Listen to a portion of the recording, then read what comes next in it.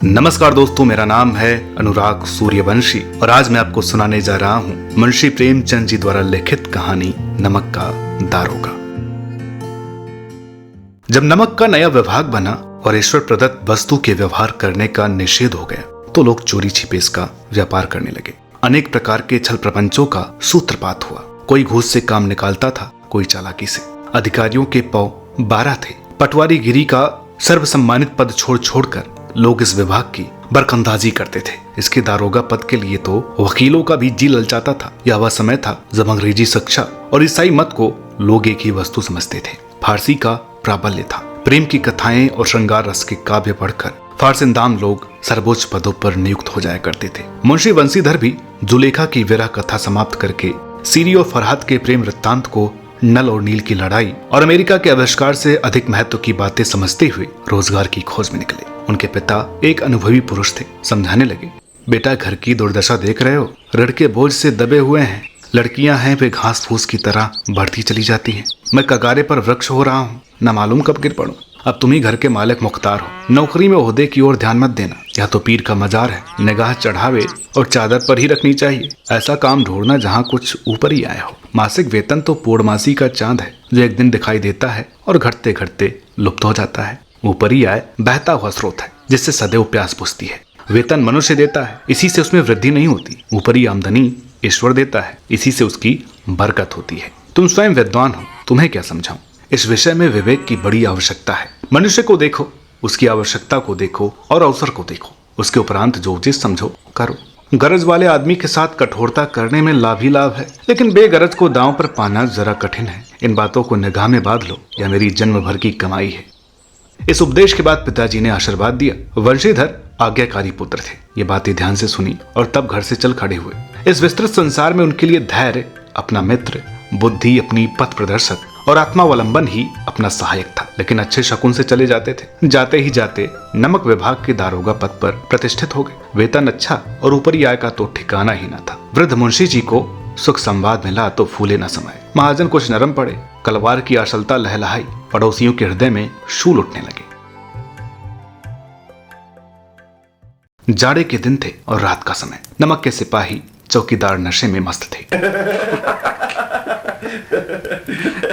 मुंशी बंसीधर को यहाँ आए अभी 6 महीनों से अधिक न हुए थे, लेकिन इससे थोड़े समय में ही उन्होंने अपनी कार्यकुशलता और उत्तम आचार से अफसरों को मोहित कर लिया था। अफसर लोग उन पर बहुत विश्वास करने लगे। नमक के दफ्तर से 1 मील पूर्व की ओर जमुना बहती थी। उस पर नावों का एक पुल बना हुआ था। दारोगा जी किवाड़ बंद किए मीठी नींद सो रहे थे। अचानक आंख खुली तो नदी के प्रवाह की जगह गाड़ियों की गड़गड़ाहट तथा मल्लाहों का कोलाहल सुनाई दिया।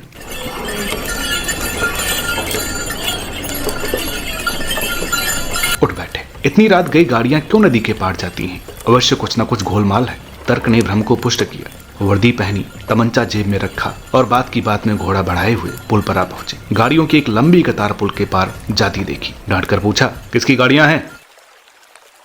थोड़ी देर सन्नाटा रहा। आदमियों में कुछ कानाफूसी हुई। तब आगे वाले ने कहा, पंडित अलोपी दीन की। कौन पंडित अलोपी दीन?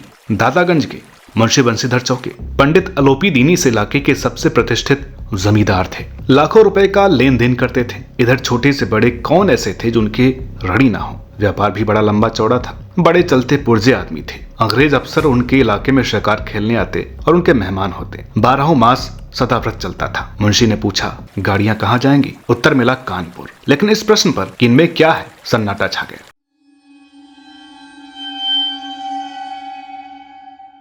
दारोगा साहब का संदेह और भी बढ़ा। कुछ ही देर तक उत्तर की बाट देखकर वह जोर से बोले, क्या तुम सब गूंगे हो गए हो? हम पूछते हैं इनमें क्या लदा है?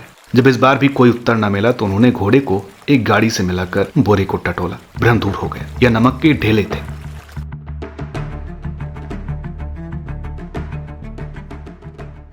पंडित अलोपी दीन अपने सजीले रथ पर सवार कुछ सोते कुछ जागते चले आते थे। अचानक कई गाड़ी वालों ने घबराए हुए आकर जगाया और बोले, महाराज दरोगा ने गाड़ियां रोक दी हैं और घाट पर खड़े आपको बुलाते हैं। पंडित अलोपी दीन का लक्ष्मी पर अखंड विश्वास था। वह कहा करते थे कि संसार का तो कहना ही क्या, स्वर्ग में भी लक्ष्मी का ही राज्य है। उनका यह कहना यथार्थ ही था। न्याय और नीति सब लक्ष्मी के ही खिलौने हैं। उन्हें वह जैसे चाहती हैं नचाती हैं। लेटे ही लेटे गर्भ से बोले, चलो हम आते हैं। यह कहकर पंडित जी ने बड़ी निश्चिंता से पान के बीड़े लगाकर खाए। फिर लिहाफ फोड़े हुए दारोगा के पास आकर बोले, बाबूजी आशीर्वाद, कहिए हमसे ऐसा कौन सा अपराध हुआ कि गाड़ियां रोक दी गई? हम ब्राह्मणों पर तो आपकी कृपा दृष्टि रहनी चाहिए। वंशीधर रुखाई से बोले, सरकारी हुक्म। पंडित अलोपी दीन ने हंसकर कहा, हम सरकारी हुक्म को नहीं जानते और न सरकार को। हमारे सरकार तो आप ही हैं। हमारा और आपका तो घर का मामला है। हम कभी आपसे बाहर हो सकते हैं? आपने व्यर्थ का कष्ट उठाया। या हो नहीं सकता कि इधर से जाएं और इस घाट के देवता को भेंट न चढ़ावें। मैं तो आपकी सेवा में स्वयं ही आ रहा था। वंशीधर पर ईश्वरी की मोहनी वंशी का कुछ प्रभाव न पड़ा। ईमानदारी की नई उमंग थी। कड़क कर बोले, हम उन नमक हरामों में से नहीं है जो कौड़ियों पर अपना ईमान बेचते फिरते हैं। आप इस समय हिरासत में हैं। आपको कायदे के अनुसार चालान होगा। बस मुझे अधिक बातों की फुर्सत नहीं है। जमादार बदलू सिंह, तुम इन्हें हिरासत में ले चलो, मैं हुक्म देता हूँ। पंडित अलोपी दीन स्तंभित हो गए। गाड़ीवानों में हलचल मच गई। पंडित जी के जीवन में कदाचित यह पहला ही अवसर था कि पंडित जी को ऐसी कठोर बातें सुननी पड़ी। बदलू सिंह आगे बढ़े, किंतु रोब के मारे यह साहस न हुआ कि उनके हाथ पकड़ सके। पंडित जी ने धर्म को धन का ऐसा निरादर करते कभी न देखा था। विचार आया कि यह भी उद्दंड लड़का है, माया मोह के जाल में भी पड़ा नहीं है, अल्लड़ है, झिझकता है। बहुत दीन भाव से बोले, बाबू साहब ऐसा न कीजिए, हम मिट जाएंगे, इज्जत धूल में मिट जाएगी। हमारा अपमान करने से आपके हाथ क्या आएगा? हम किसी तरह आपसे बाहर थोड़े ही हैं। वंशीधर ने कठोर स्वर में कहा, अब ऐसी बातें नहीं सुनना चाहते। अलोपी दीन ने जिस सहारे को चट्टान समझ रखा था वह पैरों के नीचे खिसकता हुआ मालूम हुआ। स्वाभिमान और धन ऐश्वर्य की कड़ी चोट लगी, किंतु अभी तक धन की सांख्यिक शक्ति का पूरा भरोसा था। अपने मुख्तार से बोले, लाला जी 1000 के नोट बाबू साहब को भेंट करो, आप इस समय भूखे सिंह हो रहे हैं। वंशीधर ने गर्म होकर कहा, 1000 नहीं, 1,00,000 भी मुझे सच्चे मार्ग से हटा नहीं सकते। धर्म की इस बुद्धिहीन दृढ़ता और देव दुर्लभ त्याग पर मन बहुत छुचलाया। अब दोनों शक्तियों में संग्राम होने लगा। धन ने उछल उछल कर आक्रमण करने शुरू किए। 1 से 5, 5 से 10, 10 से 15 और 15 से 20,000 तक की नौबत पहुंची। किंतु धर्म अलौकिक वीरता के साथ बहुसंख्यक सेना के सम्मुख अकेला पर्वत की भांति अटल अविचलित खड़ा था। अलोपी दीन निराश होकर बोले, अब इससे अधिक मेरा साहस नहीं, आगे आपको अधिकार है। वंशीधर ने अपने जमादार को ललकारा। बदलू सिंह मन में दारोगा जी को गालियां देता हुआ पंडित अलोपी दीन की ओर बढ़ा। पंडित जी घबरा कर 2-3 कदम पीछे हट गए। अत्यंत दीनता से बोले, बाबू साहब ईश्वर के लिए मुझ पर दया कीजिए, मैं 25,000 पर निपटारा करने को तैयार हूँ। असंभव बात है। 30,000 पर किसी तरह भी संभव नहीं। क्या 40,000 पर भी नहीं? 40,000 नहीं, 40,00,000 पर भी असंभव है। बदलू सिंह, इस आदमी को हिरासत में ले लो। अब मैं एक शब्द भी सुनना नहीं चाहता। धर्म ने धन को पैरों तले कुचल डाला। अलोपी दीन ने एक हष्ट पुष्ट मनुष्य को हथकड़ियां लिए हुए अपनी तरफ आते देखा। चारों ओर निराश और कातर दृष्टि से देखने लगे। इसके बाद मूर्छित होकर गिर पड़े।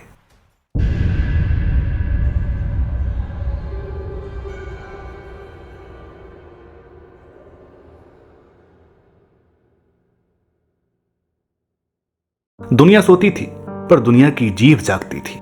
सवेरे देखिए तो बालक वृद्ध सबके मुंह से यही बात सुनाई देती थी। जैसे देखिए वह पंडित जी के इस व्यवहार पर टीका टिप्पणी कर रहा था।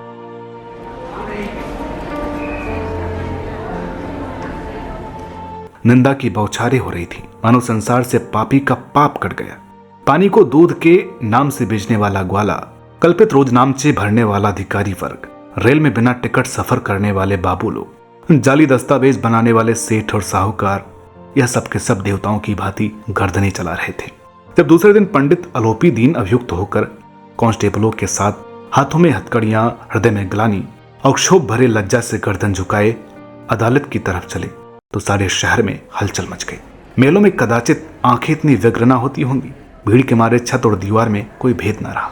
किंतु अदालत में पहुंचने की देर थी। पंडित अलोपी दीन इस अगाध वन के सिंह थे। अधिकारी वर्ग उनके भक्त, अमले उनके सेवक, वकील मुख्तार उनके आज्ञा पालक और अर्दली, चपरासी तथा चौकीदार तो उनके बिना मोल के गुलाम थे। उन्हें देखते ही लोग चारों तरफ से दौड़े। सभी लोग विस्मित हो रहे थे, इसलिए नहीं कि अलोपी दीन ने यह कर्म किया, बल्कि इसलिए कि वह कानून के पंजे में कैसे है।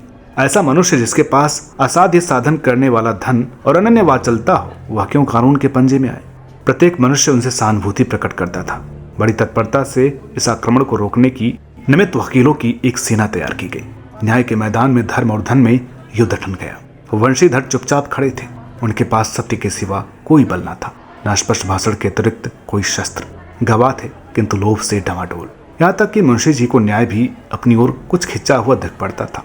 वह न्याय का दरबार था। परंतु उसके कर्मचारियों पर पक्षपात का नशा छाया हुआ था। किंतु पक्षपात और न्याय का क्या मेल? जहाँ पक्षपात हो वहाँ न्याय की कल्पना नहीं की जा सकती। मुकदमा शीघ्र ही समाप्त हो गया। डिप्टी मजिस्ट्रेट ने अपनी तजवीज में लिखा, पंडित अलोपी दीन के विरुद्ध दिए गए प्रमाण निर्मूल और भ्रमात्मक है। वह बड़े भारी आदमी है। यह बात कल्पना के बाहर है कि उन्होंने थोड़े लाभ के लिए ऐसा दुस्साहस किया हो। यद्यपि नमक के दारोगा मुंशी बंशीधर का अधिक दोष नहीं है, लेकिन यह बड़े खेद की बात है कि उसकी उदंडता और विचारहीनता के कारण एक भले मनुष्य को कष्ट झेलना पड़ा। हम प्रसन्न हैं कि वो अपने काम में सजग और सचेत रहता है, किंतु नमक के मुकदमे की बड़ी हुई नमक से हलाली ने उसके विवेक और बुद्धि को भ्रष्ट कर दिया है। भविष्य में उसे होशियार रहना चाहिए। वकीलों ने यह नमक का दारोगा सुना और चल पड़े। पंडित अलोपी दीन मुस्कुराते हुए बाहर निकले तो जन बांधवों ने रुपए की लूट की। उदारता का सागर उमड़ पड़ा। उसकी लहरों ने अदालत की नींव तक हिला दी। जब वंशीधर बाहर निकले तो चारों ओर उनके ऊपर व्यंग्यबाणों की वर्षा होने लगी। चपरासियों ने झुक झुक कर सलाम किए, किंतु इस समय एक कटु वाक्य, एक एक संकेत उनकी गर्वाग्नि को प्रज्वलित कर रहे थे। कदाचित इस मुकदमे में सफल होकर वह इस तरह करते हुए न चलते। आज उन्हें संसार का एक खेदजनक विचित्र अनुभव हुआ। न्याय और वैधता, लंबी चौड़ी उपाधियां, बड़ी बड़ी दाढ़ियां, ढीले चोगे एक भी सच्चे आदर के पात्र नहीं है। वंशीधर ने धन से बैर मोड़ लिया था। उसका मूल्य चुकाना अनिवार्य था। कठिनता से एक सप्ताह बीता होगा कि मुअत्तली का परवाना पहुंचा। कार्यपरायणता का दंड मिला। बेचारे भग्न हृदय शोक और खेद से व्यथित घर को चले। बूढ़े मुंशी जी तो पहले से ही कुड़बुड़ा रहे थे कि चलते चलते इस लड़के को समझाया था, लेकिन इसने एक न सुनी। सब मनमानी करता है। हम तो कलवार और कसाई के तगादे से हैं। बुढ़ापे में भगत बनकर बैठे और वहाँ बस वही रूखी सूखी तनख्वाह। हमने भी तो नौकरी की है और कोई ओहदेदार नहीं थे, लेकिन काम किया, दिल खोल कर किया और आप ईमानदार बनने चले हैं। घर में चाहे अंधेरा हो, मस्जिद में दिया अवश्य जलाएंगे। खेद ऐसी समझ पर पढ़ना लिखना सब आकार हट गया। इसके थोड़े ही दिनों बाद जब मुंशी बंशीधर दुरावस्था में घर पहुंचे और बूढ़े पिताजी ने समाचार सुना तो सिर पीट लिया। बोले, जी चाहता है कि तुम्हारा और अपना सिर फोड़ लूं। बहुत देर तक पछता पछता कर हाथ मलते रहे। क्रोध में कुछ कठोर बातें भी कही और अगर वंशीधर वहां से टल न चाहते तो अवश्य यह क्रोध विकट रूप धारण करता। वृद्ध माता को भी दुख हुआ। जगन्नाथ और रामेश्वर यात्रा की कामनाएं मिट्टी में मिल गई। पत्नी ने कई दिनों तक सीधे मुंह बात तक नहीं की। इस प्रकार एक सप्ताह बीत गया।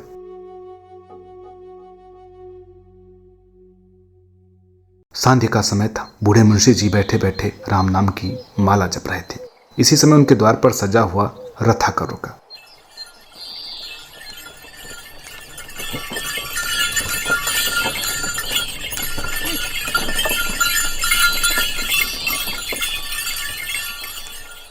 हरे और गुलाबी पर्दे, पछिए बैलों की जोड़ी, उनकी गर्दन में नीले धागे, सींग पीतल से जड़े हुए, कई नौकल लाठियां कंधों पर रखे साथ थे।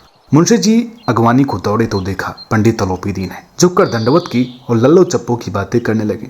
हमारा भाग्य उदय हुआ जो आपके चरण इस द्वार पर आए। आप हमारे पूज्य देवता हैं। आपको कौन सा मुंह दिखावें? मुंह में तो कालिख लगी हुई है, किंतु क्या करे, लड़का भागा कपूत है। नहीं तो आपसे क्या मुंह छिपाना पड़ता। ईश्वर ने संतान रखे पर ऐसी संतान न दे। अलोपी दीन ने कहा, नहीं भाई साहब, ऐसा न कहिए। मुंशी जी ने चकित होकर कहा, ऐसी संतान को और क्या कहूं। अलोपी दीन ने वात्सल्यपूर्ण स्वर में कहा, कुल तिलक और पुरखों की कीर्ति उज्जवल करने वाले संसार में ऐसे कितने धर्मपरायण मनुष्य हैं जो धर्म पर अपना सब कुछ अर्पण कर सके। पंडित अलोपी दीन ने वंशीधर से कहा, दारोगा जी, इसे खुशामद न समझिए। खुशामद करने के लिए मुझे इतना कष्ट उठाने की जरूरत न थी। उस रात को अपने अधिकार बल से अपनी हिरासत में ले लिया था, किंतु आज मैं स्वेच्छा से आपकी हिरासत में आया हूँ। मैंने हजारों रईस और अमीर देखे, हजारों उच्च पदाधिकारियों से काम पड़ा, किंतु परास्त किया तो आपने। मैंने सबको अपना और अपने धन का गुलाम बनाकर छोड़ दिया। मुझे आज्ञा दीजिए, आपसे कुछ विनय करूं।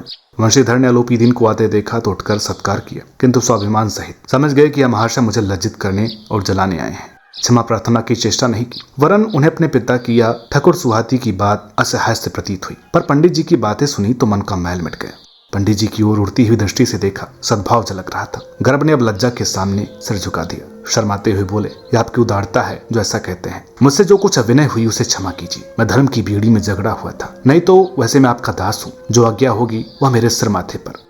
अलोपी दीन ने विनीत भाव से कहा, नदी तट पर आपने मेरी प्रार्थना स्वीकार नहीं की थी, किंतु आज स्वीकार करनी पड़ेगी। वंशीधर बोले, मैं किस योग्य हूँ, किंतु जो कुछ सेवा मुझसे हो सकती है उसमें त्रुटि न होगी। अलोपी दीन ने एक स्टाम्प लगा हुआ पत्र निकालकर उसे वंशीधर के सामने रखकर बोले, इस पत्र को स्वीकार कीजिए और अपने हस्ताक्षर कर दीजिए। मैं ब्राह्मण हूँ, जब तक यह सवाल पूरा न कीजिएगा द्वार से हटूंगा नहीं।